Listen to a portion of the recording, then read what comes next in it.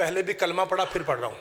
ایک تو اس لیے کہ حلف ہو جائے, دوسرا اس لیے کہ شیعہ بچوں کو پتہ چل جائے کہ کلمہ انج پڑھی دا ہے. بسم اللہ الرحمن الرحیم. لا الہ الا اللہ محمد الرسول اللہ علی ولی اللہ وصی رسول اللہ و خلیفاتہ بلا فصل. کلمہ طیبہ کی قسم, جس کی منگنی کو قرآن معراج کہے اسے بدل جائے.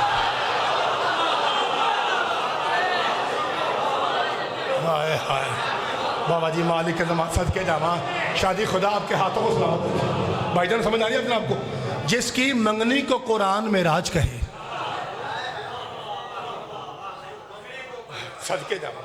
بابا جی کچھ باتیں بڑی اونچی ہوتی ہیں اور وہ اونچے لوگوں کے لیے ہوتی ہیں.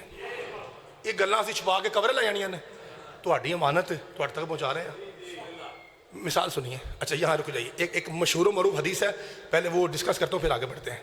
ایتھے میں رک گیا, منگنی تے رشتے تے ایتھے رک گیا. یہاں پھر آپ کو دوبارہ لاتا ہوں ذرا ماحول بہتر بن جائے. صحابی کہتا ہے, ایک صحابی کا نام آیا تو گھبرانا نہیں چاہیے. شاید آپ کو پتہ نہیں ہے کہ نبی پاک نے صحابہ کرام کا متعلق کیا فرمایا ہے.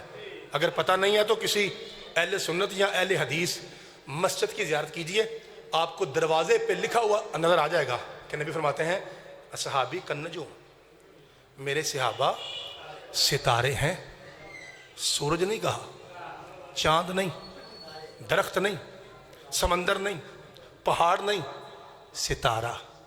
صحابی کو ستارے کہا ہے. مسجد کے متھے پہ لکھا ہوتا ہے. اور اسی لیے ابھی الیاس بھائی پڑھ رہے تھے نا کہ اللہ نے کہا تھا جب شادی کا وقت آیا بطول کا تو کہا جس کے دروازے پہ ستارہ, جس کے دروازے پہ ستارہ. یعنی ستارہ جو ہے نا, ستارہ وہ چوکھٹ زہرا پہ جھکتا ہے. یعنی اللہ کے رسول نے بتا دیا جو بی بی کے دروازے پہ جھک جائے وہ رضی اللہ ہے, جو اکڑ جائے وہ لعنت اللہ ہے. مالک کے زمانہ آپ کے ہاتھوں کو سلامت رکھے. اللہ تیری جوانی سلامت رکھے. بھائی جان مہربانی, بہت شکریہ. جیو بیٹا, شاباش. آخری بھائی تک جی, حیدری. مالک آپ کو سلامت رکھے. شاہ جی, بابا جی وہ صحابی چور صاحب صحابی کہتا ہے یا رسول اللہ آپ وہ ہیں جن کے صدقے میں کائنات بنی. کہا بے شک. کہا بادشاہ جی یہ بتائیے کہ جنت کے دروازے کتنے ہیں؟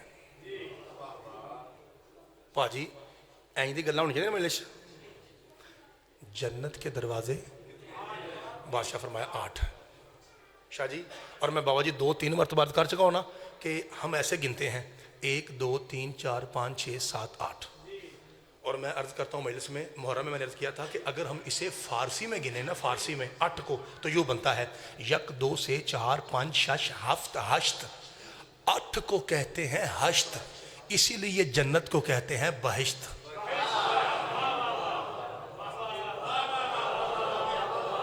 مالک آپ کو سلامت رکھے. بھائی جان اب آپ کو سمجھ آگے کہ بہشت کیوں کہتے ہیں؟ بہشت یعنی 8 والی. جنت کو بہشت کیوں کہتے ہیں پاجی؟ 8 والی کا مطلب یعنی اس کے دروازے. مولا آپ کو سلامت رکھے. وہ صحابی کہتا ہے یا رسول اللہ دوزخ کے دروازے کتنے ہیں؟ بادشاہ فرمایا 7. ایک کٹ جی. اے پتر بیٹا, چھوٹے بچے تھی بیٹو بیٹا, ایک گھر کے 7 دروازے ہوں, ایک کے 8 ہوں, زیادہ بندے کدھر جا سکتے ہیں؟ بچے معصوم میں تو کہہ رہے ہیں 8. بچے نو پتہ ہے نہ منطق نہ فلسفہ نہ کوئی ریاضی نہ کوئی مشکل بات ہے کہ اگر ایک گھر کے 7 دروازے ہوں, ایک کے 8 ہوں, تو زیادہ رش ادھر ہوگا جدھر 8 ہے. یا اللہ کر کرم. وہ سائل یوں کہتا ہے یا رسول اللہ ایک بات تو بتائیے, یہ اللہ نے, اقرار شاہ جی توجہ ہے جناب کی, یہ اللہ نے جنت کا ایک دروازہ ود کیوں بنایا ہے؟ بطول کا بابا مسکرا کے کہتا ہے وہ تو یہی چاہتا ہے کہ زیادہ بندے علی والے ہو جائیں. اللہ آپ کی معرفت میں اضافہ فرمائے, خدا آپ کی معرفت میں بڑی مہربانی. بھائی جان وہ تو چاہتا ہے کہ زیادہ بندے جنتی ہو جائیں. کہتا ہے بادشاہ جی تو دروازے ہو گئے 8. بادشاہ جی قرآن کہتا ہے جنت کے کئی درجے اور کئی نام ہیں.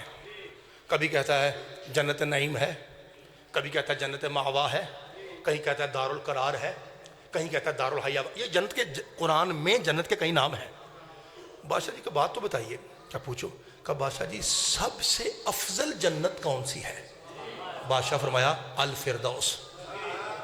فلاں شاہ صاحب، فلاں چودھری صاحب، فلاں مومن صاحب، فلاں قریشی صاحب، فلاں ملک صاحب دنیا سے چلے گئے، اللہ تعالیٰ انہیں جنت اتنا تو سی آندے ہو، کہا کہ سب سے افضل جنت الفردوس ہے۔